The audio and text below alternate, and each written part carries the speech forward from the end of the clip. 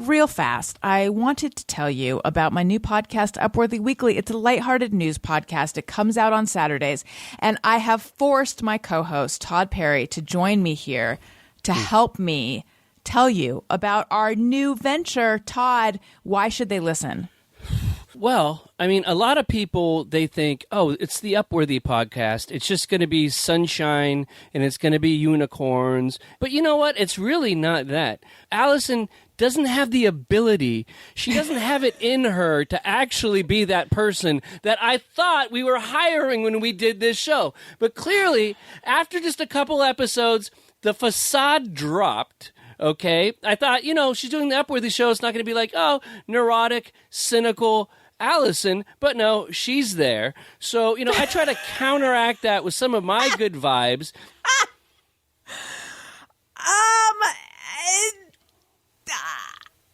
I would argue that if one person is coming off as a little bit cynical and unhinged right now, it's not me. It comes out every Saturday, wherever you get podcasts. Bye. Allison Rosen is your new best friend. Allison, with her the good times never end. Allison Rosen, doing the wavy pencil dance again. Allison's your new best friend.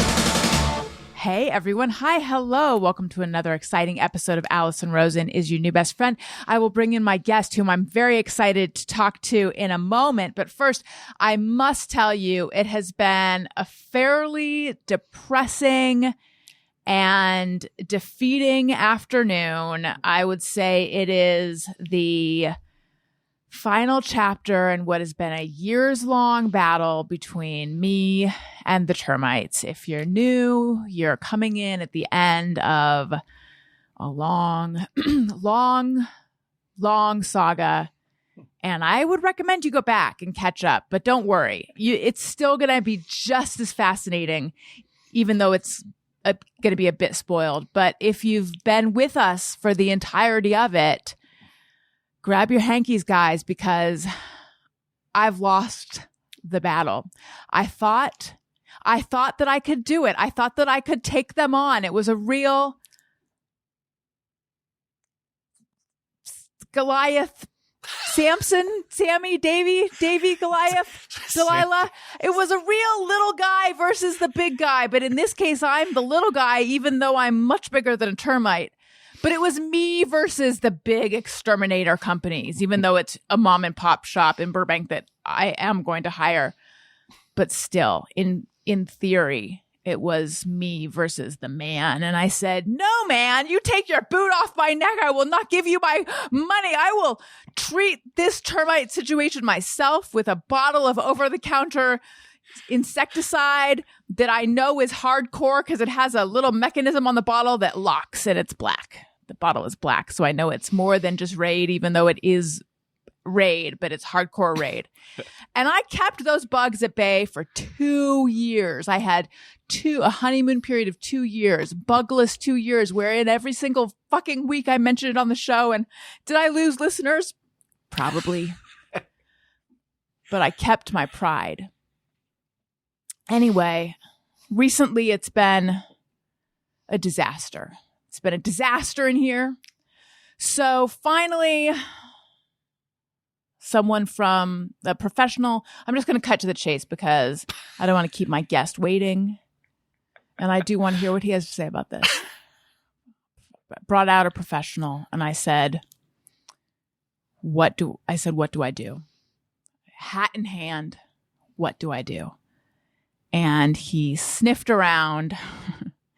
They don't actually sniff, but he said, did you happen to keep any of the termites that you saw? And I said, no, I didn't, but I'm sure there's one around because it was just a real and I hesitate to use this reference, but I'm going to. A crystal knocked of termites. I mean, there was a lot of, I'm going to let it stand. There was a lot of termites. No, I'm uncomfortable with that reference. But anything else I would use would also make me uncomfortable. Just going to move past it really fast. Anyway, he looked around and he found one. And he's like, oh, yeah. And I said, look, I think they're drywood termites because I'd done some research. I wanted to speak, exterminator. Anyway, he picked it up. He put it on his clipboard. And he said, yeah. You're going to have to tent the whole place. So now we're going to have to tent the whole place. The end. And he's recommending we tent like the whole premises, including the house, which this is a whole thing. We're talking thousands of dollars. This is what I tried to avoid. And I feel defeated and I don't like it one bit. And apparently we're going to have to vacate the premises, which is a whole pain in the ass. And it's like, we're looking at days. And I said to Daniel, this is not going to be easy because Elliot's in kindergarten. He said, can't we just take him out of school for a couple of days? And I said, no, you can't. And he said, why not? And I said, you can't. Once they're in kindergarten, you can't. I don't really understand why, but you just can't anymore. Like that was a thing you do in preschool. Once they're in public school, you can't anymore. I think you go to jail. So we're screwed all because I tried to fight the big guy just like Samson and Delilah and Goliath and Sammy. And somehow this is Tony's fault because he's still playing drums with his stupid rock band. But I'm thrilled that you're joining me today. My guest today is someone I'm very excited. I saw him on my television set last night talking to Hillary Clinton and Chelsea Clinton and Andy Cohen. We will get into that. He's an actor. He's a podcast host. He hosts a daily pop culture and reality show podcast called So Bad It's Good with Ryan Bailey. Please put your hands together for Ryan Bailey. Woo! Wow. The termites have won. By the way, Allison emailed me, which to get an email from Allison Rosen was just really, truly a vision board moment for me. And I can get into that later. But you said, hey, do you want to do it Zoom or do you want to do it here? Going through a termite issue. And then you would also, I follow Allison on Instagram and she's always showing off her bruising and stuff like this. And I was like, you know what? I'm going to probably do the Zoom thing and I'll just, cause you were like, hey, I think, the termite guy will be here. But if you, and then I was like, wow, she still offered for me to come out to Burbank. And like you were saying in the earlier podcast this week, you guys don't even understand. It's so hot in Los Angeles. I mean, we really screwed ourselves this week. So I just love that you still was like, you opened up your termite ridden home to me and it was just so nice. And then I was like, do I say yeah to the home thing? Cause it sounds like a lot of stuff's happening over there right now. Yeah. I didn't even add in the fact that like, I have shown off the fact that I have just a man's large shoe size bruise on my arm. And no man in a large shoe has stepped on my arm or anything.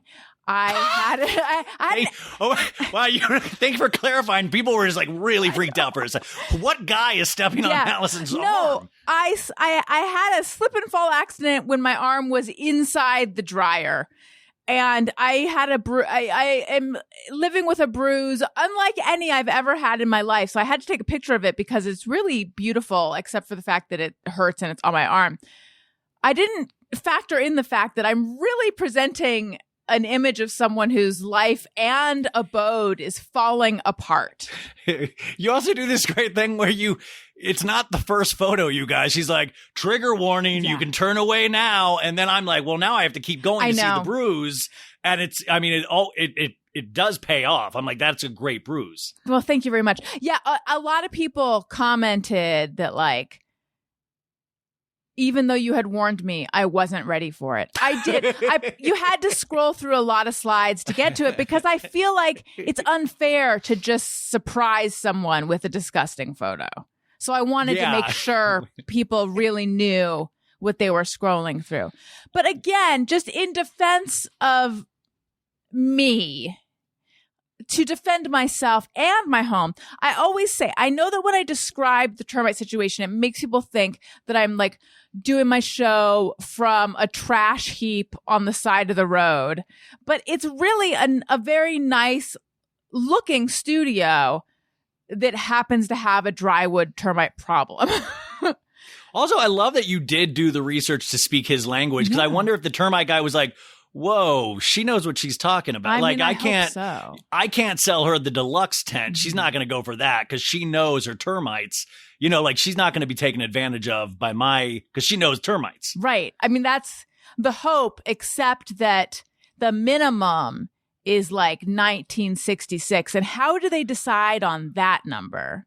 See, that would make me so livid. Like when I can't control something like that, because you can't control termites. Like that's something that is not, it's not like you brought them with you from your last place. That would make me so infuriating because you know those termites aren't going to pay up and they're going to continue to live there. I mean, it's so, and then I love that he's like, do you have any to show me? Like, were you supposed to make a necklace of these things and like just have it out there for him? It never occurred to me to keep one. But like I said, thankfully. Let me get my scrapbook. Yeah, it's out. Right. I did make a slide. So when things are out of control, that bothers you, because that bothers me too. But the termites, so I hate insects. Strangely enough, the termite situation, it was sort of out of sight, out of mind. But when it comes to ants, then I lose my mind. Like I will not be able to function if I see an ant. But do you ever also go through that thing too of like where people say like, but don't kill a living animal no matter what it is? Like that always goes through my mind, even though I'm like, but that's ants. That's ridiculous. They should know not to be in the house right now. I mean, they've got their outside area. Why are they doing this? Yes. I have more, as I've gotten, the older I have gotten, the more I have begun to not to suggest that when I was young, I was like wantonly murdering bugs or something, but more and more I have begun to feel guilt over killing bugs to the point where now if I can carry them outside, I will. But like last night, no, actually like for 3 days now, we have mounted an offensive against a mosquito and we finally got it. And I don't have a problem with that. I feel good. Those mosquito, and it's like I am turning that age too, where it's like I'll wake up in the morning, I'm like, wow, mosquitoes got me last night, and then I'll sit there all day long telling people how the mosquitoes got me last night. Like I'm like, wow, they really attacked my knee, and there's just something so as I get older, I get more and more fearful of like, so how they're getting through the weighted blanket and they're getting into the knee, you know, and also why am I sleeping with a 20-pound weighted blanket when it's a heat wave? But I thought it was protecting me from the mosquitoes, and then I'm like, they still got my knee. Yes. Like, ate it up. I have a ton. Okay. I also am very bitten and I also was like, did they go under my pants or through the pants? I don't either way. I feel violated by the bug. There's no consent at all, and it's like they always wait until I'm asleep. Like it's not happening when I'm awake. Like, and if I sense even something, I'm constantly just like petting my skin to get things away from it if there is. But like it is shocking in the morning because you're just like, once again, it happened. Right. They got me. How are they doing? It's Orion Bailey. There's so much to talk about. So much to talk about. If it was just a full hour of just mosquitoes. I mean, I could really do bug talk for a very long time. Yeah, well, you said you might have lost listeners over the last year. Let's lose them all. Well, here's the thing. Let's get down to zero. But the ones who are left, they fucking love bugs. Oh my God. Did you hear Allison's pod? She really, I know you're into bugs. If you should check this out. If you're still here, you can't get enough. Where to begin? Let's just start with last night because, like I said, you had a question. You communicated with Hillary and Chelsea and Andy Cohen via video question. Tell us everything.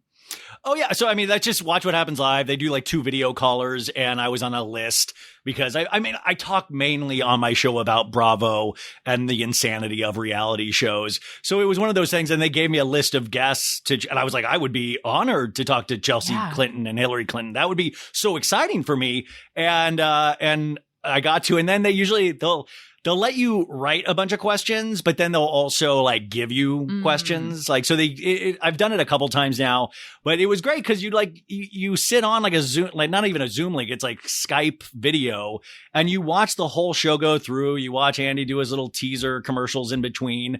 And it's just a really weird experience because I'm sitting right here and you're looking at yourself in the little Skype box, like I'm doing with the Zoom box. But then when they do it on the show, it flips the image. And that was like the thing that I took away from most, because I was like, damn it, my part is on the wrong way. And I was like, and Hillary must have just been livid with this guy. And I even dressed up. I dressed in a suit because I wanted to be respectful. But it's those little things, because listen, this is not really neither here nor there, but it's still somebody that was the first lady, the Secretary of State, almost, I mean, so much in terms of our history and where we're at politically. And then you're just like, and then I remember I said, like, I was like, Andy, Hillary, Chelsea, so what an honor to speak to you. And I think I talked over Andy, and then immediately, and it was that back, like auditioning for like high school theater when you're a freshman and you're nervous and you're doing like a Shakespeare monologue and you're shaking. And even though I talk every day, it was like that thing. I'm like, oh, hi, Andy. Anyways, Chelsea, when you were in the White House, it's just so sad that no matter how old we get, like the same stupid nerves and stupid thoughts, and they don't think about this at all. Like they're not like, what was that? What's up with that dude from the other night with the hair part thing? What are you doing? Like all I've been thinking about, and people saw it last night. You hear from people that you haven't heard from in so long or so positive. And I'm sitting there like some kind of professional athlete going, you know what I didn't do though? I should have taken a pause right here. And I should have, I'm really trying to be like, I should have workshopped this. You hear stand-up comedians or a writer's room. Like I should have spitballed. You know what? You could sense the nerves, and I'm so dumb. Well, I completely relate to all of that. I would be doing the exact same thing, but I thought you were great. I did not think to myself, that guy's head is on backwards. But Allison, and then this is how dark. I mean, I think a lot of us do. Like, then I was like, what if they invite me on for the rest of the show just to rap with them? Like when hey, what if I get waved over by Johnny right now? And he's like, hey, why don't you come on over here? Like, you just have the stupidest fantasies behind a microphone. Like, we're podcasters and we communicate every day. And I still have this Walter Mitty-esque, like just every day. It's like I can fly at some point, I totally get that though. So wait, how do you get on the list? How did you get on this list? Why did it take me so long to get that question out? Oh, it was a couple years ago during COVID. They had switched to video callers, and they had just reached out to me because of, I guess, the podcast or the Instagram account. So Bad It's Good, and it was just in my DMs, and I was like, heck yeah! And then I just got added to a list. There's no big secret. There was no audition. Like anybody can do this. I mean, and anybody can. But for me, it's like, wow, you've really done something. Like when I die, this is the thing I want to be remembered for, but those little moments, those are the things that actually keep me going, That's so cool. Yeah. I mean, that's really cool. I was like, when I heard that they were going to be on Watch What Happens Live, I was surprised. And then when I watched it, to learn that that's not Hillary's first time, right? No, not at all. A lot of people don't really, I really like Andy Cohen as a host. Like I love hosts. Like that's like as a little kid, I grew up in Olathe, Kansas, and I was that kid that like watched the Oscars because of Billy Crystal hosting or Whoopi Goldberg, or watched Entertainment Tonight or Access Hollywood. Like that was my jam. Like it was not even the movie stars. It was like John Tesh and Mary Hart and all of these people. Like I really geeked out on all of that stuff. But Andy Cohen, like I don't think gets the credit. He keeps really it moving. Good. He's energetic. He's shady, but he still keeps it somewhat professional. I think a lot of people don't give him his due, but like I'll sit there and go, wow, that's, I really appreciate those things. I mean, by the way, I feel the same way about you. Like I know we don't know each other, but like you are one of the people, like I'm obviously a very insecure person. You've probably already picked that up. But like, I remember getting like drunk a couple of years ago and asking you to be on the podcast. That's when I'm my ballsiest, when I've had a couple hard ciders, and I'll be like, and you were really nice. And I think you said yes. And I was like, well, that's good to know. And then that's it for me. Like, I got the yes. I got the yes. Like, don't ever need it to happen. I got the yes. That's like, it's bizarre. And look, now you're on my show. Now, that's what I said. You're really like, this playing the long game. Wait, that's what I was like when this email, you're saying these little moments, these are like the moments that actually mean something to me. Like these moments are stuff I will remember, you know? So, okay. So you grew up in Olathe, Kansas. Olathe sounds like an artificial fat in a chip that makes someone have leaky bowels. No It's offense. also that. Yeah. No. That's Olestra. Yeah, that's Olestra. Yeah. I grew up in Olestra, Kansas. It's a suburb of Stevia. And no, I grew up in Olathe, which is like a small town, but it was like an amazing place for like to be a kid. Like it was like a suburban block. And I grew up on a block of all girls. Mm-hmm. And I think that kind of really affected my like my taste in a way, you know, is that I was used to gabbing with the girls. Like I'm a straight dude and a lot of people don't even realize that, Mm-hmm. which is great because that's a compliment to me. But I, you know, hung out, like all my friends were girls. And that was my whole street. So when the boy band fascination, I would be having to do that, or I would have to do this. So like my music taste, my TV taste, all of this stuff kind of swung more towards like female interests. But it was like the best. It was the best way to grow up ever. And then when I was 14, we moved to Scottsdale, Arizona, which was like a big culture shock. I went to all of a sudden like to a 3,000 person high school from a small junior high. And that's shocking. And then I got into like theater at that point. Yeah. And so I don't know Arizona that well. My husband is from Tucson. And I've been there a couple times. I did a couple live shows in Phoenix. Arizona is kind of like a mystery to me. It's still, I mean, it's a mystery to me too. Like the obvious is that it's just way too hot and it's getting way too, like my family still lives out there. I'm going to go see them this weekend. And it's just insane. It's like 100, like we've been dealing with it for 1 week or 2 weeks in Los Angeles. It's like that every day. It's like 112, 113. But I remember getting there and it all just looked the same. Like as you get older, you look up and you see how pretty the surroundings are. But when you're like 14 years old, you're like, this is so nothing. Like you go from Kansas where there's trees and hills and stuff to just flat and everything looked really sad. And just because, I mean, there's not a lot of color because you don't want to attract the sun. Right. And I remember I went to Horizon High School and it was like this kind of it looked just industrial to me. I remember, you know, and it was like one of the scariest things of like that moving from one place to like the place when you don't even know yourself. And that's where theater will get you, by the way. That's where like you try to find your place and, you know, it's either like sports or, you know, and then the theater kids took me in and that seems to be like a lot of our stories. It's like, well, then the theater kids took me in and I found a home with that. Was that your first time that you realized you liked performing? No, I mean, I was always that weird kid that, like I said, I loved everything pop culture. I love, like, even in Kansas, my mom, we'd go to the mall. I would be able to get like one magazine and I would get like Weekly Variety. Like, it was like, what kid is getting like, you know, and I wouldn't even know what like they would say like, you know, box office Buffo and Gotham. And I would be like, what? I thought it was like Batman's Gotham. But as a kid, it was so exciting. And I got really into, I had this weird mind where I would like memorize film grosses, like foreign and domestic. And I was that, you know,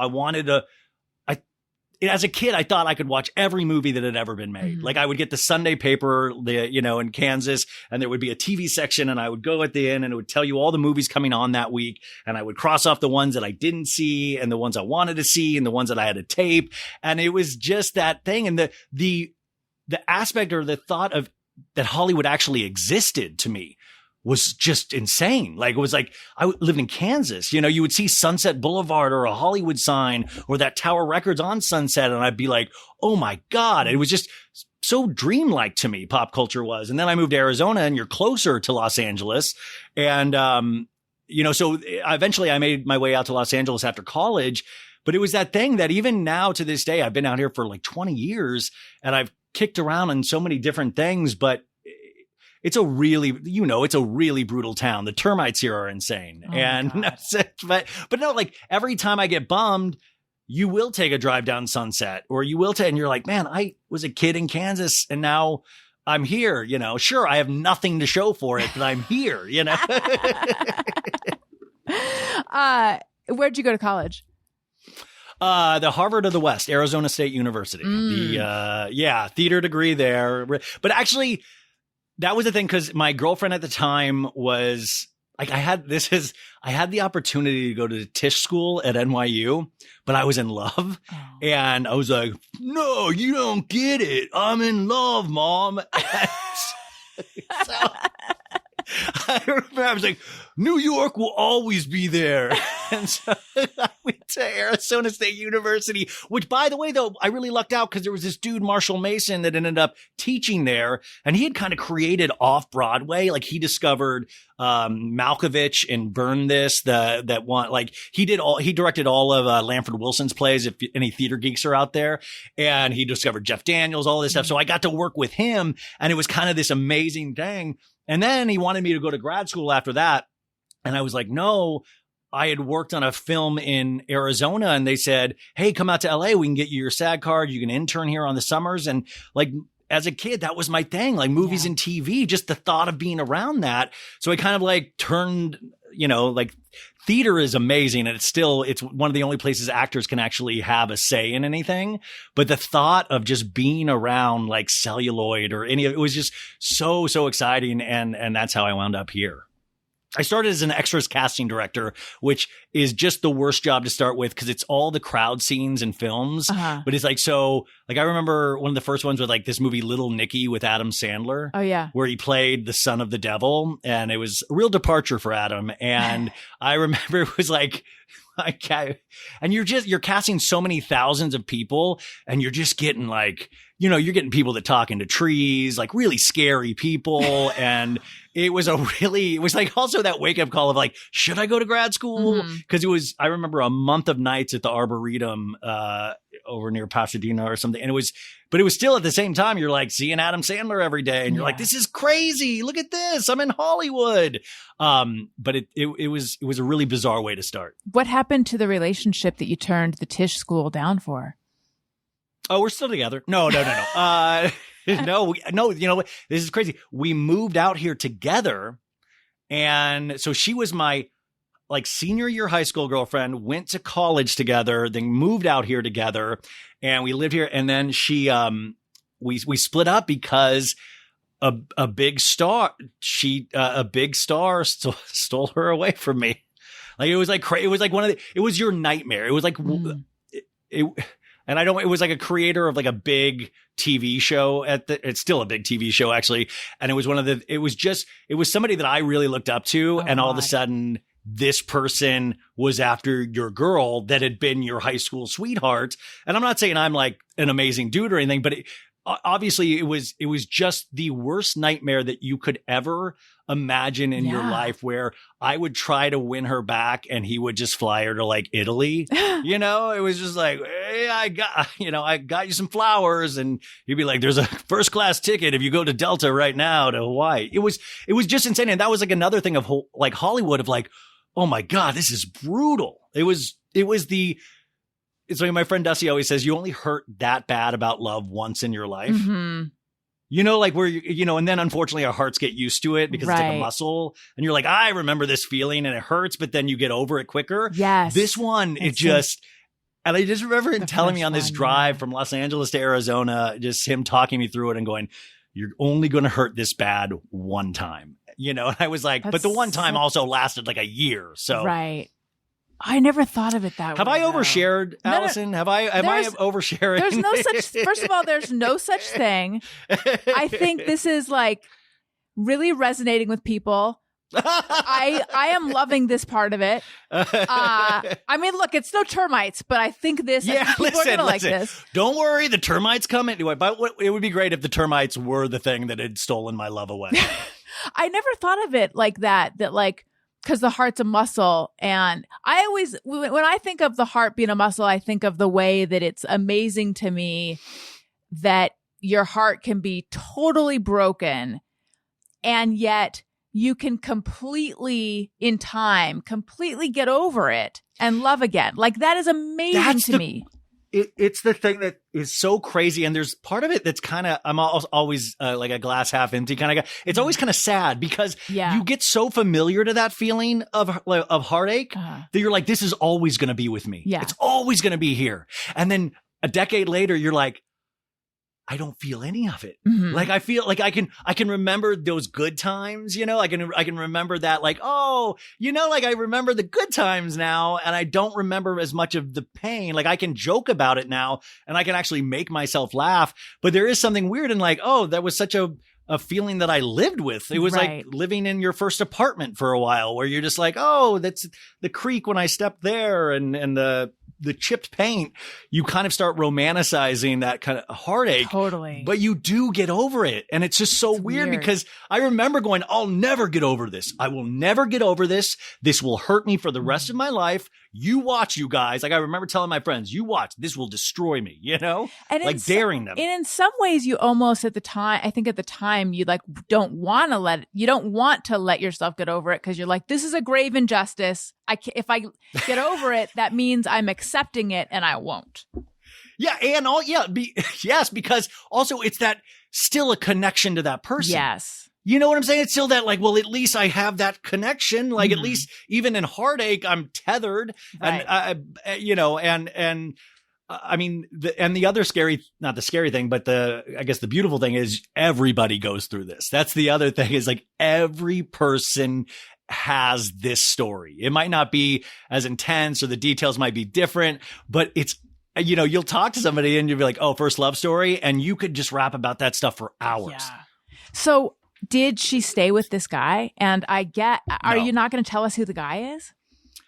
Well, I don't. It's like, listen, because at the time though, remember I'm in my like early 20s and this guy really didn't do anything. I didn't know this guy. Like he didn't do anything personally to me. And I was I'm a big fan of his work. And it was something like and it also like, listen, we weren't obviously supposed to be together. I was like, I had never dated anybody either. Like, I mean, like it was at that point where it was, it's good that it happened. Let's just say he's a creator of a very successful, one of the creators of a very successful animated series. There you go. I totally know who it is. Just kidding. Yeah. All right. You're going to have to tell me off air. And is she still with him though? No. I think it only lasted like, and I never, you know, like it only lasted probably less than a year or something, you know, and she went on and I think she's got married and she's married again and like has a couple stepkids and he got married and then divorced. Like it all worked out for everybody. Yeah. That's the thing, you know, is that nobody.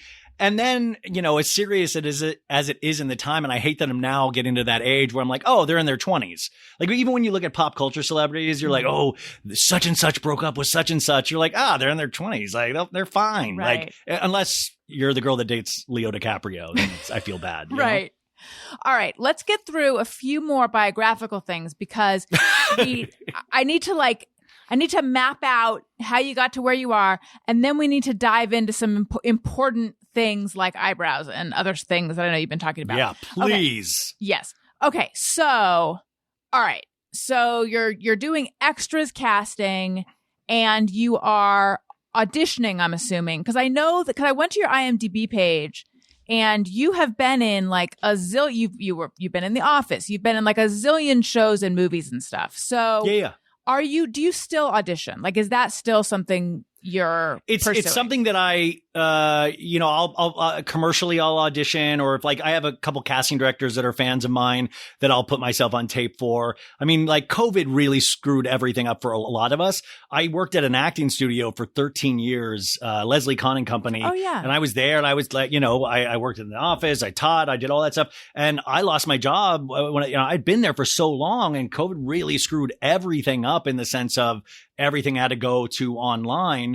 But I'd already fallen in love with podcasting from like being a listener of podcasts.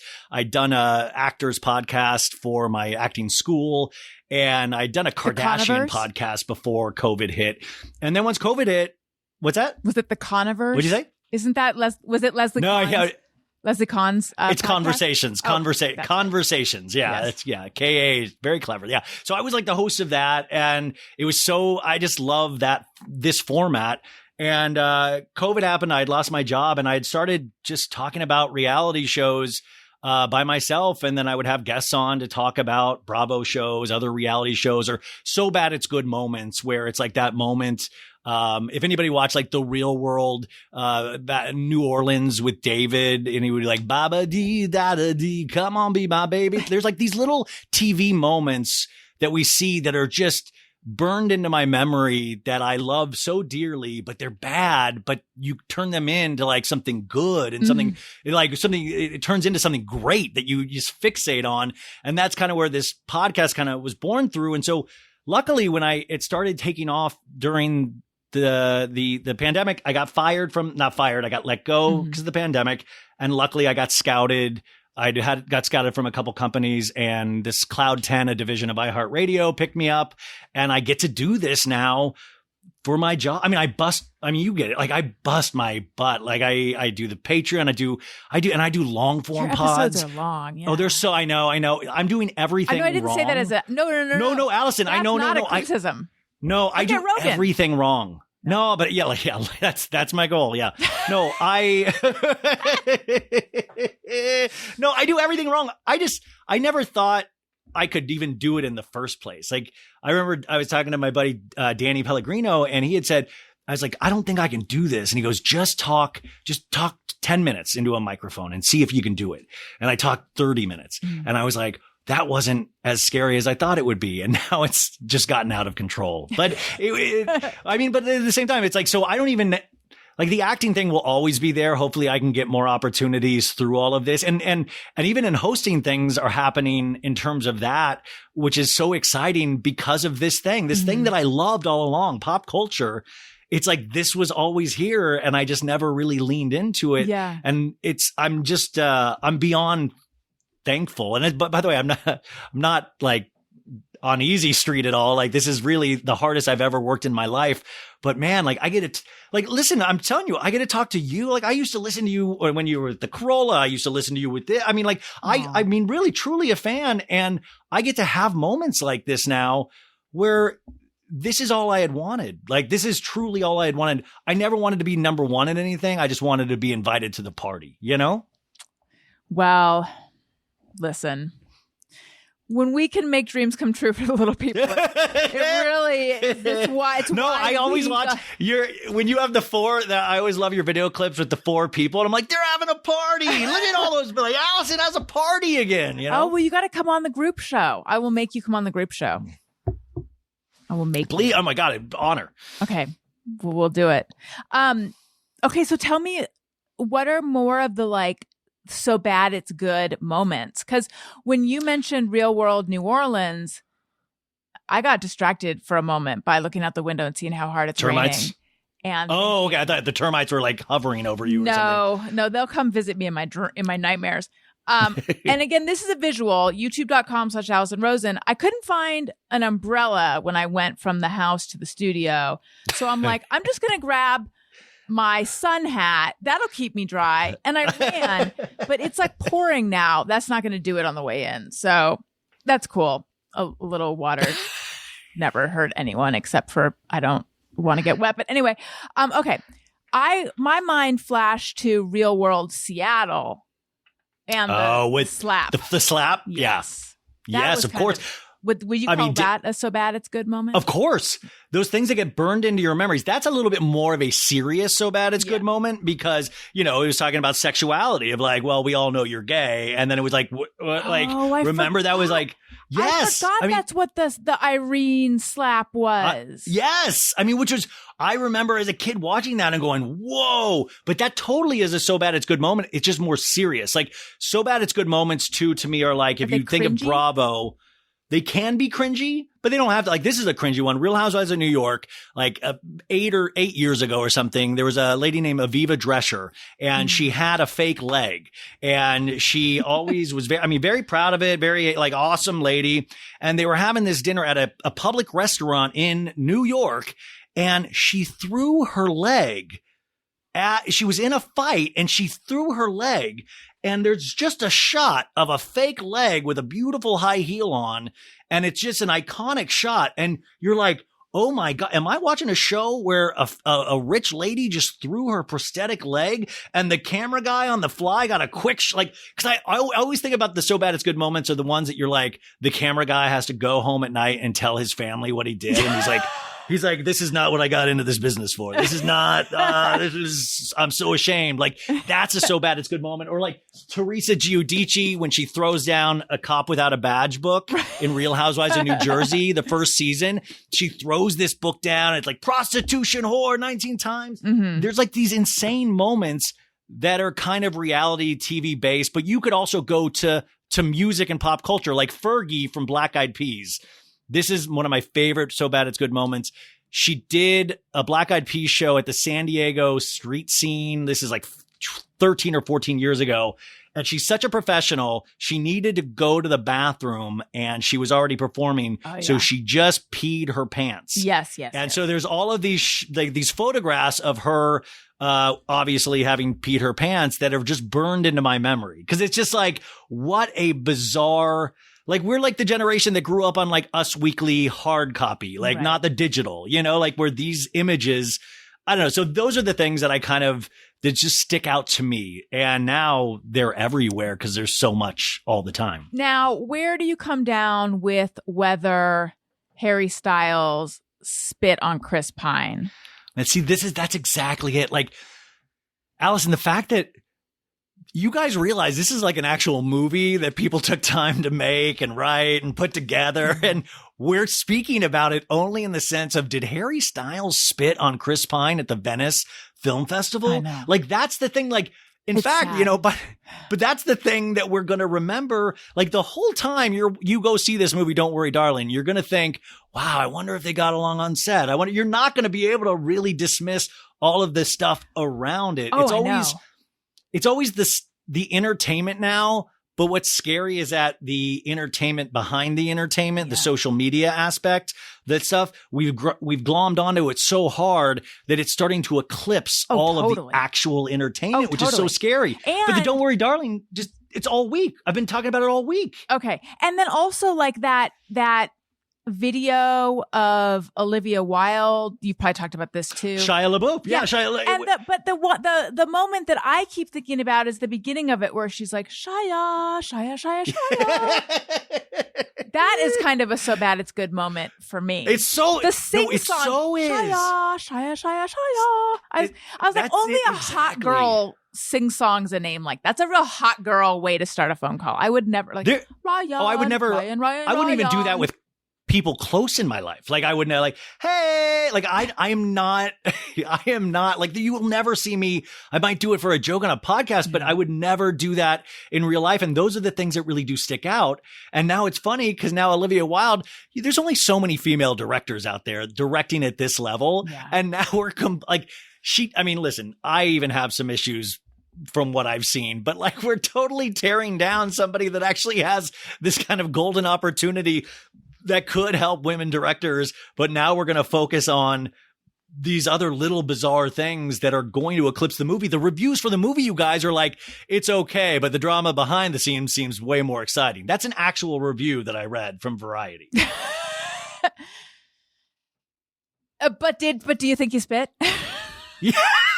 Because I do. No, because this is how funny. I do not think he spit, but I even in my research went and goes, this would not be the first time Harry Styles has had spit issues. Oh, really? He used to swallow water during his concerts and he would spit it out. It was called the whale. Like they had a move called the whale where and he was discouraged from that because of germs. Like, and I was like, oh my God, he has a past in this now. Now there's like motive, all of this stuff. Right. No, what I think happened was that Chris Pine reacted to the fact that Harry Styles is in a full-blown relationship with Olivia Wilde and does not even make eye contact with her. He's in the middle seat. He looks at Harry. Harry's like, and, he's making eye contact, notices Harry's not making eye contact with Olivia, vice versa. And he goes, Because he's saying how ridiculous this is, because Florence Pugh, the lead actor, won't even, like, she's there at the red carpet, won't do press for the movie. Right. She's seating 3 seats down. Yeah. And I think of just like, I can't believe this. That's how I took it. I can't believe this is happening. Okay. That makes sense too. But wait, why won't he look at Olivia Wilde? See, I think there's this thing. Like if you read the interviews about Harry Styles and even Olivia Wilde, she did a Vanity Fair piece, I think yesterday, where it was just like, it's, celebrities get like, that's our private, like that's something that I don't share. I'll share my art, but I will not share. That's something special between us. And I think there's so many things that are wrapped up in that. But the mystery of it, they've taken it too far. Because it's not going to kill you to throw a little hug Olivia's way. It's not going to, we all know you're not surprising anybody. In fact, you're making it weirder. Right. Like it's, I understand By pretending that you don't know each other. You work together on the movie. Yeah. Like now you seem like you hate each other. What about a handshake? Like not even like a warm handshake. Like they're literally not making eye contact with each other. And so now it's become a thing by them trying to not make it a thing because they're so bad at it. Right. And this is, Harry Styles performs in front of tens of thousands of people every night. So, and we all have speculated, not even speculated, they've been out everywhere. We have photographs of them. She's at the concerts dancing, just unless she's just buying tickets willy-nilly and just showing up without him knowing that he's like, Olivia's here again? The director from the one that directed me? Right. We all know there's no surprise here, but it's weird. I think when you maybe are in that kind of spotlight, obviously you just don't think straight at all. Like your thought, and you tune out any kind of criticism. And that's what I noticed too, is now we all call those haters. Yes. Oh, those are just haters and trolls. And I'm like, at a certain point though, they also might just be trying to help you. It's not all haters and trolls. Right. Like you've got to understand there is a point. Like some people do make very valid points about these things, but I see them now dismissed, mainly with like Housewives on Bravo. Oh, those are just haters and trolls. Yeah. Like it's so much easier than to accept their actual behavior. Yes. Okay. Here's a vintage Housewives question. Something that you said made me think about it. So do you watch like all the seasons? Do you consume all of it? Yeah. Okay. But it used to be enjoyable. Now it's like, it's like work. Like I take like detailed notes and it's become very intense. But yeah, I pretty much watch everything. So Kelly Ben-Simone, I remember her seeming like just a real mess on that season. But I worked at Page Six magazine as like the acting senior editor after I worked at Time Out New York for a few months. So I was filling in for someone, and Kelly was a columnist, or I don't know. She was a writer there. Yeah. And I remember her being like, this was before she was on the show, but she never seemed erratic or problematic, and like there was a fashion article that I was doing, and fashion is like not my beat. And I remember I don't know if I ever communicated with her, but like they gave me her name as like a resource if I needed info. So what was your take on the way she was portrayed? Because I just, all I know, I don't have a theory, but all I know is like there was a big discrepancy between how she came off on screen and the sense I got of how she was regarded in real life. Well, I always say on the show is like two things can be true at once. Like everybody's got to realize it is not black or white, that, like truth always lives somewhere in between. But she can be like, obviously she sells real estate right now, but like she's a kooky lady. Like she just is. Like that's her life. She's one of those ladies also that was like considered so stunningly beautiful that millionaires and billionaires wanted to like be with her. And so, when you are raised to like, that everybody's telling you that you're the shit, then you are going to think of yourself in a certain way. And I think as you get older, that intensifies and comes out in a form of kookiness or weirdness with all of us, because we're set in our ways. So like, I believe there are certain aspects of Kelly Ben Simone that you'd be like, oh man, yeah, totally nice. Had a great conversation with her. She's able to like fill out forms. She can, like she's totally measure. Yeah. Like, was it, she was able to buy toilet paper, like, like these basic things that we think that they can't do anything like. But then there's that other side of her that I think these shows do actually capture. Like, I believe in bad editing to a degree. Mm-hmm. And of course they are storylining these things and like, but I don't believe that these are actors. I believe the camera by some weird alchemy picks up somebody's kind of persona by, it's like we can, the audience can read into somebody's mind when they see their eyes on screen. So I think the truth is both. Like, I think she's probably a real fun hang and stuff, but I think as she gets older, and that's why I would love her back on like one of those girls trip shows just to see where she is now, because she had so many bizarre moments on New York. Still, I mean, she's kind of like Bigfoot in New York, where she'll just always still be running around the streets of Manhattan. Like, she's an avid jogger. Yeah. And she'll always see like paparazzi photos of her just jogging and smiling. But yeah, no, I think you can do both. I think you can, have a job, hold down a job and still have your completely bizarre moments. And then so this show started as a live streaming Ustream show from my apartment in Brooklyn, and I would do it for 3 hours every Sunday night. And I had Alex and Simon, was that his name? Oh my God, in my legends. Legend, you guys! If you don't know, the first couple seasons of New York, it was Alex and Simon. They were a married couple, and he was just so Francois, right? Oh, Francois. No, or what's his name? Francois. No, I think it was Francois. Yeah, Alex, the Van Kempens, Simon Van Kempen and Alex Van Kempen. Yeah. Simon actually is one of the first housewives. Even though he wasn't a housewife, he had one of the first housewives music singles called I Am Real, where he wore red leather pants on the cover of it. And he actually did a live version on Watch What Happens Live. But they were incredible. They were incredible TV. I miss the days of that. What it's become now is like a Michael Bay big, but it's insanity now with Housewives, you guys, is we're now getting like the laws involved. If the laws are not involved, it's not even a good season. People are going to jail. People are stealing. Like, it's gotten so much more intense than somebody just making fun of Alex's Luann made fun of her like Frankenstein shoes or something. I remember like it was such a classic line. We've moved kind of away from those, and now there's like big set pieces of like, did they like eventually it'll like somebody's going to get murdered on these shows eventually. Like, it's going to, it just keeps getting insane. It's going to morph into true crime. That being said, Salt Lake City has been compelling television. It has been. And I'm of two minds of that, of like Jen Shaw, you guys like did all of this.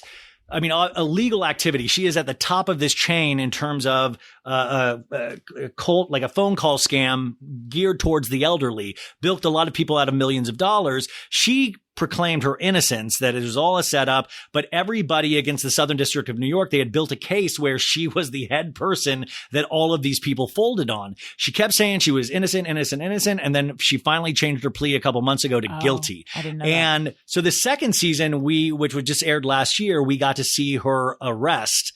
Which was like one of the most exciting episodes of TV. But I feel like for that kind of golden egg to be given to this, it was still kind of a lackluster season. But now season 3 is about to premiere in a couple of weeks. And we just finally got the first trailer. And it's going to be funny because they already shot it before. They'd already shot the majority of the season before she changed her guilty plea. So we're going to see like 20 episodes of her going, I'm being set up. I'm not guilty. And then probably the last episode, you'll see her change like, I'm actually guilty. So that will be it'll be interesting to see how they handle that.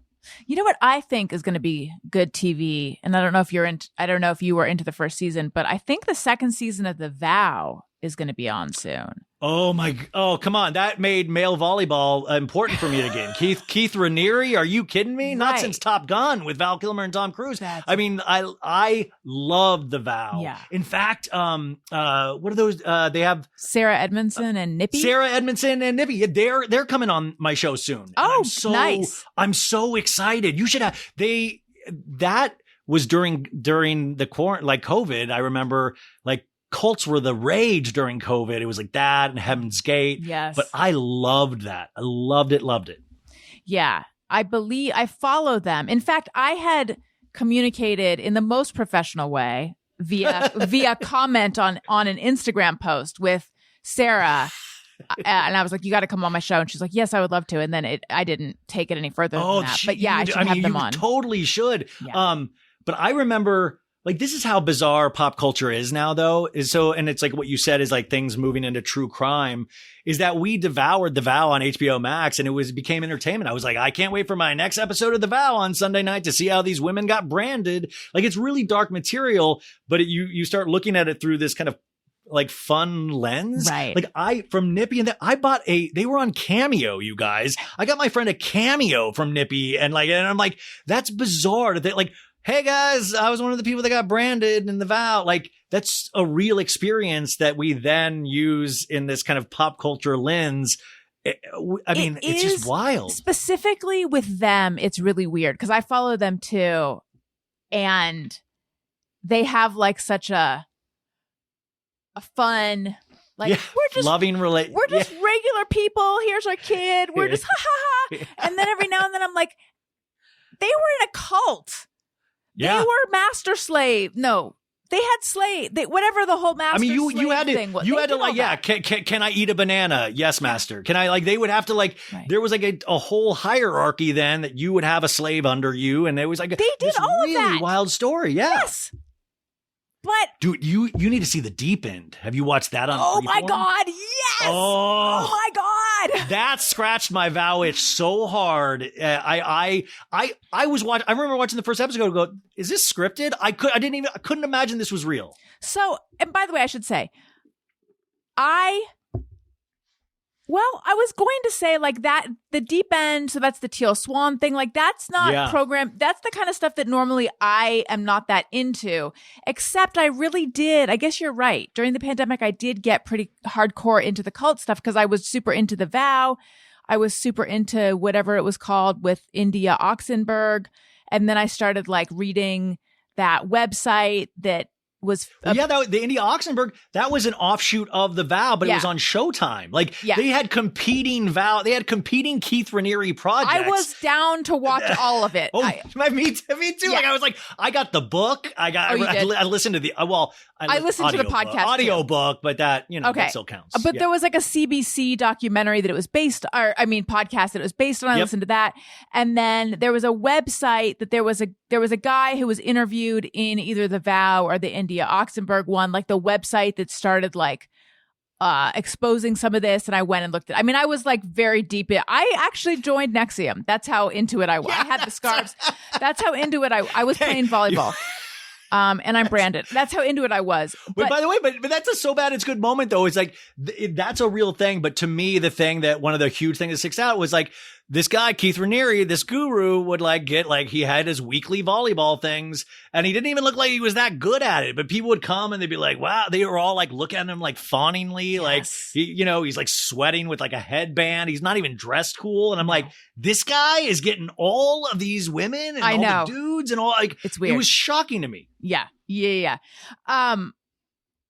And so anyway, do you know Stephanie Wilder Taylor? No. Okay. She's a podcaster as well. She recommended Deep End. So I watched that, and I'm still angry about aspects of it.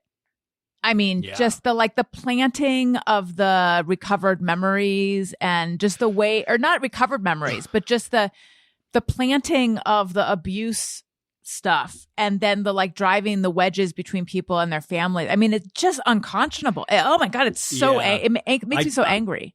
I had the director of that on the show, and because I mean, it's a really a goofy show and fun, but then if I get into something, I want to talk to them, and I got to talk to this director, and he had been in this process for like 3 years with them. Like Teal Swan then came out and said, you got to release all the footage because this seems, and I'm like, do you know how documentaries are made? So we should explain. So for anyone who doesn't know, Teal Swan is this like YouTuber self-help woman who has been accused of essentially operating a cult. She denies it, but she's very pretty. She's very charismatic. She has this insane backstory where she claims that she has all these special powers, and that she also claims that she was the victim of ritualized satanic abuse, which I think is bullshit. And she like runs these workshops where she tells people they were the victims of abuse in these ways that, not all the time, but you see this in the documentary, that are essentially made up out of whole cloth. And then they confront their family. Their family denies it. And then they're like, I knew you were going to deny it. And then they no longer have a relationship with their family. And then, there have been people who have like taken their lives because of this. She's been sued. It's a whole mess. Yeah, that was the thing, is awful. that she really got in trouble because people had killed themselves, where there was communication where she was like, well, why don't you? Why are you here? You don't have to be here. Why? She has no training. She's just. That was, yeah. Yeah. She's well, just the documentary really treated it fairly in the sense that even those satanic things that she said she was raised, they didn't even get into all of that, because they're like, we'll leave that alone. But I was talking to the director, you could just sense the guy was like, I'm a documentarian. I'm moving on to the next thing. And like, she was like, well, like this was right when it was like coming out, and she was like fighting tooth and nail because basically you guys at the end, like they had hired a separate person to come in and study what she does to determine if it's a cult or not. And she thinks, she's like, yeah, bring it on. And the lady's like, yeah, from everything that I've studied and everybody I've talked to, this is a patented, this is a cult. Right. And she's like, what? Are you kidding me? And then it was all of a sudden the documentary's bad. Right. And it was just so, because I was just like, man, you gotta, because so many of her followers and stuff then were attacking the production and these not fans, but these people that really hook, line, and sinker believe in this lady's teachings from YouTube. Devotees. Just so intense. What was the director's feeling about Teal Swan? He said like anything, there was like good, that he had fond feelings of her, it's like, he's like, you try to go in with an open mind, but you already know a lot of the story. There had already been a podcast on this, oh, right. And it's like, yeah, we did ingratiate with our, like we spent months and months with them without even cameras rolling just to get them comfortable with us. That's part of documentation. And it's not like a con, this is actually, they're trying to be able to capture reality. And what I thought was so cool about that, even aside from the vow, was that it was, these shots were so up close, and it was so like, you just felt like you were in there when she was doing those sessions in her living room and somebody was questioning her, and it was so intense. And he was like, I liked her, but of course, just like with all of us though, we sometimes can't, we lie to ourselves. Like we just won't accept the truth. Like we won't accept it's like we were saying, Harry and Olivia. No. They're haters and trolls. It's always haters and trolls. None of this could be true. I'm not a cult. That's just a hater or a troll. Right. And I think that's the part that I sense that he seemed bummed out, of like, listen, I wasn't trying to pull any fast one on her, Yeah. Yeah. So eyebrows, let's get into it. Oh God. I don't even recognize like that picture. I didn't realize that was Kim Kardashian on the cover of Interview magazine with white blonde hair and you thought it was a monster. You thought it was a monster. I didn't probably know what it was. Yeah. It was very, so upsetting. Yeah. Listen, and I know I'm like a dude, so I have to walk a fine line because I shouldn't comment on women's looks or something. All I'm saying from a personal standpoint is that the bleached eyebrow look just scares me. Like I'm not like, it's not like I'm in love with eyebrows, but I appreciate a good eyebrow. It's not like my thing, but this whole thing, it started with Julia Fox. She bleached her eyebrows. Kanye's beginning of this past year's girlfriend for a couple months. And then it moved to Amelia Bedelia Hamlin when Elisa Rinna's kid, she bleached her eyebrows. And it's like, this thing's getting out of hand. Cause then Kim went on the cover of Interview magazine this week. And, she's like in like prison jumpsuit and she bleached her eyebrows. What's going on with her underwear too? Or is that underwear? But this is the point where I was like, it's starting, you know, it's like that whole, like they always want to break the internet. Like this is like, I was like, this is, you're reaching. It's becoming, it's like, this is, you don't need to do this. You're like, you're a billionaire. You've reached the promised land. Like, don't try to be on the cutting edge anymore. Like somebody's already done this. Let's not, I swear to God, if my niece is 13 years old. If I go to Arizona this weekend and she has bleached eyebrows, I would throw away all of her television and phone. Like, I don't want this to catch on. Yeah. Like, Allison, you would never do this, right? No. And by the way, haters and trolls come after me for my eyebrows anyway. I already get it. What are wrong with your eyebrows? They say they're too thin. The people are constantly telling me, stop tweezing your eyebrows. And to all of them, I say, listen, motherfuckers, I haven't touched my eyebrows for like 20 years. I love when that's how, because you have such a close relationship with your audience, like with podcasting, you know, like I started doing YouTube and stuff and I had a beard and it's like, you know, hey, beards start turning white, like the white hairs were creeping in. And I remember reading a YouTube comment like a month ago. I was just like, you're looking really old with that white hair creeping into the beard. And I was like, screw you. And then it was haters, trolls. But I immediately was affected by it and went into my bathroom and shaved my beard. And then it was like, it's like when girls like say like, oh, I think I'm going to get bangs. Then I was like, should I do a mustache? Like it was that moment of playing in your mirror where you're like mutton chops. And then I was like, I'll try a mustache. I'm at the mustache phase of my life, I guess. Yeah. Yeah. No, I like it. Oh, yes. No. So I get, actually, the people haven't said anything in a while. Maybe culture's swinging back towards thin eyebrows. But anyway, people let me know they feel my eyebrows are too thin all the time. So if I were to bleach them, I would never hear the end of it. I would never bleach my eyebrows. No, I don't like that look either. Yeah. Just like there's something, I mean, like, it just reminds me of like this movie, The Hills Have Eyes, that was like in the 70s. Like I wasn't alive then, but it was like a Wes Craven film. And I remember this bald headed dude didn't have any eyebrows. He was also in the Mad Max films. And it really just scared the bejesus out of me when I would go to a video store and see him on the cover. And it always just makes me think of like weird zombie people. Yeah. No offense, by the way, and I'm like, if you can't grow eyebrows and stuff, like, I'm not talking about, you know, but just like they're bleaching their natural, Will Smith is going to slap eyebrows. The crap out of you. This is how we live at the Academy Awards. Will Smith slapped somebody. I mean, like stuff is happening that we would never, ever. I mean, I grew up watching the Academy Awards. Love it. I never thought everything's becoming a reality show. It's really, truly out of control. Do you have a Just Me or Everyone? Yeah, I do actually. Sometimes I ponder on something I have thought or done. Is it just me or everyone?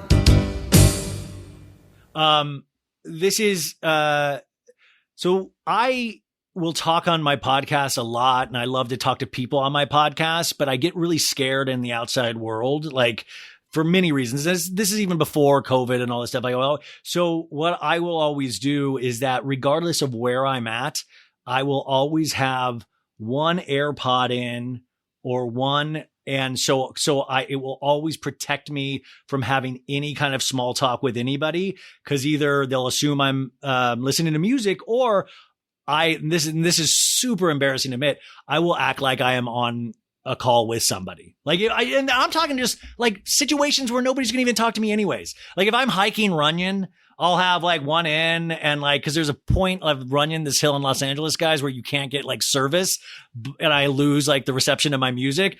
I'll leave it in and I'll just like act like I'm talking to somebody. I'm like having a conversation, and I usually have the conversation like where I'm getting yelled at, where I'm like, I'm sorry, I didn't mean that. You know, like I want people to pity me for some reason. Yeah. It's so sad. So wait a minute though. You can't get reception there, but could you actually have a phone call there? But Allison, that's a great I mean, point. I realize that I'm starting to realize that I might look like a real idiot. No, you look like someone who has really good reception. No, you're right. But at the same time, I might be one of the only people that doesn't get reception in that area. Like I've never really, man, you really might have just ruined my whole hike. Like I'm now. Maybe you're really connecting just caught with me someone. off guard. Maybe it's like a walkie-talkie situation you have. You're on I've had shortwave. situations where I've thought the AirPod was in my ear and I'll have a conversation. And then I realize it's not even in my ear.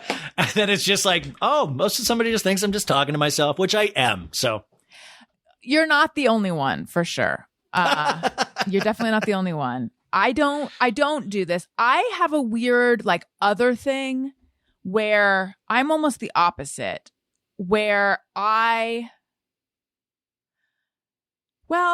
if I'm around strangers though, I actually don't, I actually like to look occupied. But I can't have sunglasses on a lot, or like I constantly am lifting up sunglasses and I'm constantly taking out my ear pods because I like feel like I need to look alert and available. It's like a weird sort of, I don't know. It's like the opposite kind of situation. Oh, I'm like hiding all the, like, it's like the same. I will, even in this heat, like I'm wearing a light jacket. Mhm. Like I always will have even a jacket on because it's almost like armor for me. Right. For some reason, I try to, that's why it's so weird. I do what I do now, or even because I get so nervous in real life Right. around people and stuff. So I'm always covering something up or putting something in my ears, or I loved wearing the masks. I'm like, I never complained about wearing a mask during COVID. I was like, let's double mask it. Right. You know? But I like to have the armor on via like coat or something like that. But just, I feel like putting on something on my ears or covering my eyes makes me feel more hindered or vulnerable somehow. That's interesting. A weird thing though is that, and I cannot explain this, but for some reason, when I am wearing a mask, I feel like I can't hear as well. And that does not make sense. That doesn't actually. Because I mean, it like makes no sense. And I don't understand that. I just know that like when I have the mask on, I'm like, why am I having so much trouble hearing? And I don't know. But I do feel like it's like a nervous thing. I saw my first Moulin Rouge, this musical. It's, I don't know if it's still there, but I saw it at the Pantages like a month ago.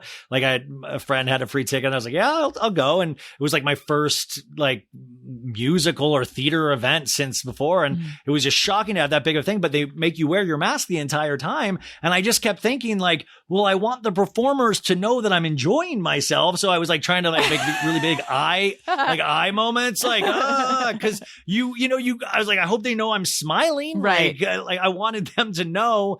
But then, of course, we all know actors are so in the moment. They see the fourth wall. They don't see the audience. Yes. Yeah.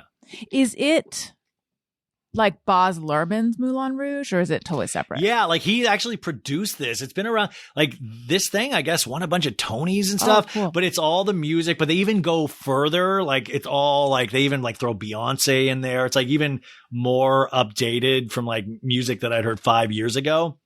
It's fun. I mean, it's fun. It's like it was fun. I was like, oh yeah, it's a musical. Like it was fun. That's cool. And then do you have a Hey, Go Fuck Yourself? I do. All right, let's hear it. Hey, go fuck yourself. 14-minute standing ovations. Tell me why. Okay, so this week, we said earlier, Don't Worry, Darling, Venice Film Festival. Now, you might have heard about this for a while, but it's just getting out of control. So it started off where there's this movie called The Whale with Brendan Fraser. Now, this happened for years and years and years, but it really has annoyed me this year. Brendan Fraser is in this Darren Aronofsky film, and he's supposed to give this beautiful performance as a 600-pound man. And like, just so there was like a 7-minute standing ovation for Brendan Fraser. And you might have seen the video. He tears up and it's just this beautiful moment. And I was even like, I love Brendan Fraser. I was like, oh my God, yes. Like, and that's great. Awesome. Like done. But then there's like this Irishman Irish movie with like Colin Farrell or whatever. And they're like, 16-minute standing ovation, like a 16-minute standing ovation for this Colin Farrell. Long time. Oh, and then yesterday, this Ana de Armas is playing Marilyn Monroe in this movie called Blonde. She gets a 17-minute standing ovation. It's getting to the point where it's like, I don't even stand that much in my normal life. And it just makes me angry. If you're trying to get if we're trying to get people back to the theaters, like that's not going to do it. Like that is not the magic that Nicole Kidman promised in those AMC. Like, you know go to Loft.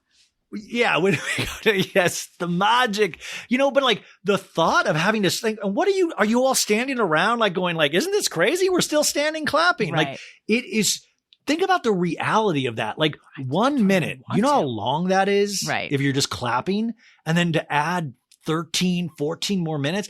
At a certain point, I was like, somebody's got to be lying. Like whoever is timing these things, they must be paid off of like, Yes. hey, what if here's $2,000 if this Marilyn Monroe movie gets a 17-minute, like who's clocking these things too?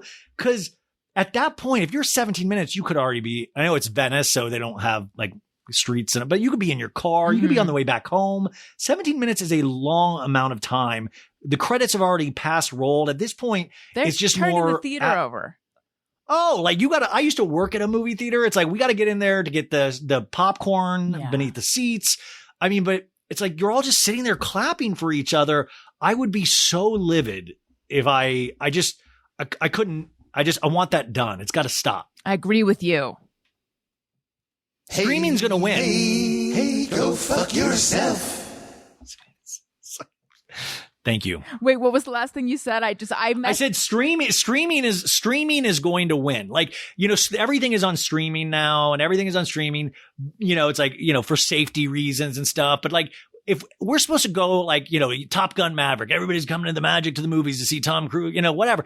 But things like that, you then tell people, like, you put that out in the news that people are doing 12, 13-minute standing ovations. I'm like, no, on top of AMC, you should be ashamed of yourself. I love previews, but 30 minutes of previews, and they do this thing now at AMC where they'll tell you the start time, and they don't even start it at the start time. They wait like 5 extra minutes, and then they do 30 minutes of previews. Yeah. Like, I know you want us to spend money and stuff, but it's like, you're not making it easier for me to support the movies when I can just watch it in my bed. I agree with you. All right. I came off really angry. All right. I do take questions over Patreon. I'm on Patreon, patreon.com/Allison Rosen. All sorts of fun stuff. I have a bonus Patreon podcast I do called The Friend Zone, where I have guests, and I also do Ask Me Anything episodes that are very juicy and very personal and sometimes dark, and sometimes I cry. I did cry a tiny bit on the last 2 episodes. Don't you want to know why? I think you do. Yes. And then there's a level where you can text me and I'll text you back. All sorts of fun stuff. Subscribe for a year, get 2 months free, or do it month by month. It's really up to you. And you can submit questions for my guests. And we have a little song.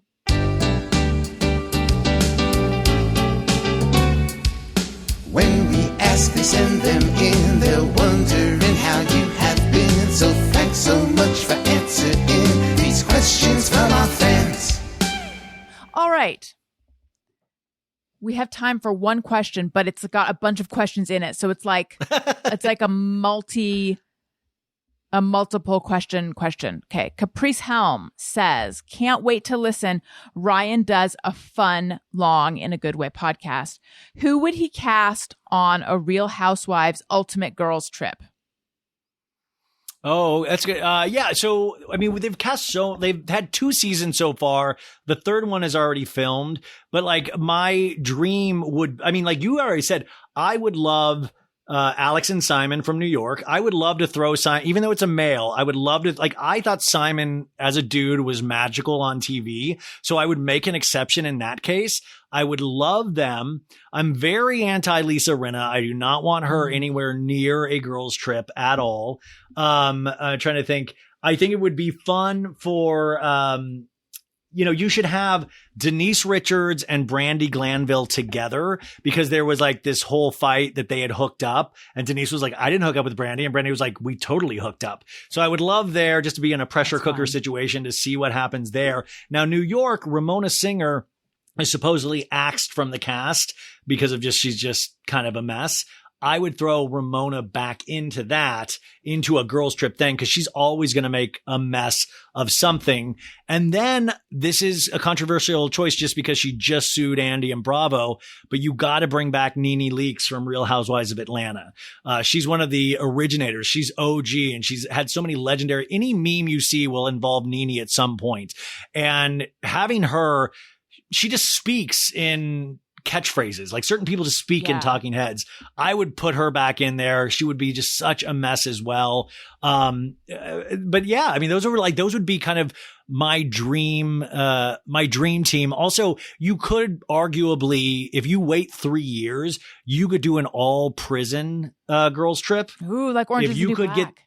Yeah, and they all think about it. The talking heads could just be filmed through the plate glass where you pick up the phone. Like yes, I love it. How cool would that be? So and good. you give the money to the victims or something, like, so you work something out. So you like, and they're in the yard, or they're all locked up in one space together. Yes. I would love that. I love that. How do you feel about the new season of Vanderpump? So the 10th season is filming right now. They've got like 2 more weeks to go on filming. And listen, OG Vanderpump Rules, you guys, is some of the best television you'll ever see. Amen. And it's really magical because they based it was real relationships. Like now they cast these things and you get friends that are not really friends, and like people are auditioning like it's Saturday Night Live. But Vanderpump Rules, they were all like, wannabe actors working at a bar and sleeping with each other and doing wild stuff. So it was so entertaining because we always know when we're watching something real. So I will watch that show until the end of time. I don't have the highest hopes, but I genuinely like a lot of the people on the cast. So, it's like pizza. Even if it's bad, it'll still be okay for me. But I don't have, there are just like the golden years of things, and those were them, and we'll always have them. Like if you are missing that, just go back and watch it. I was just a guest on this show, Vanderpump Robs, hosted by Rob Schulte. Oh, yeah. And he has very high hopes for this new season. He feels like they're going to right the ship.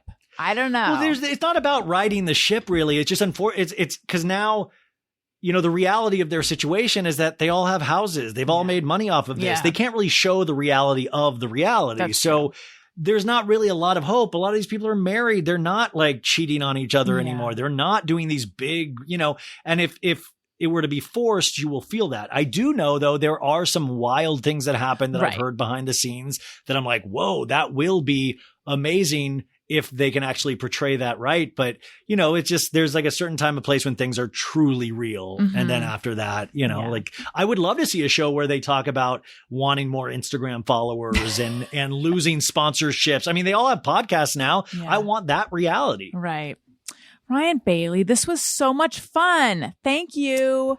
Thank you. I mean, my gosh, Allison, truly, you do not know how much this means to me. I really appreciate it. Oh, thank you. And please, and that's what I said. Now you have to come on my show. I would love to come on I'll come on anytime.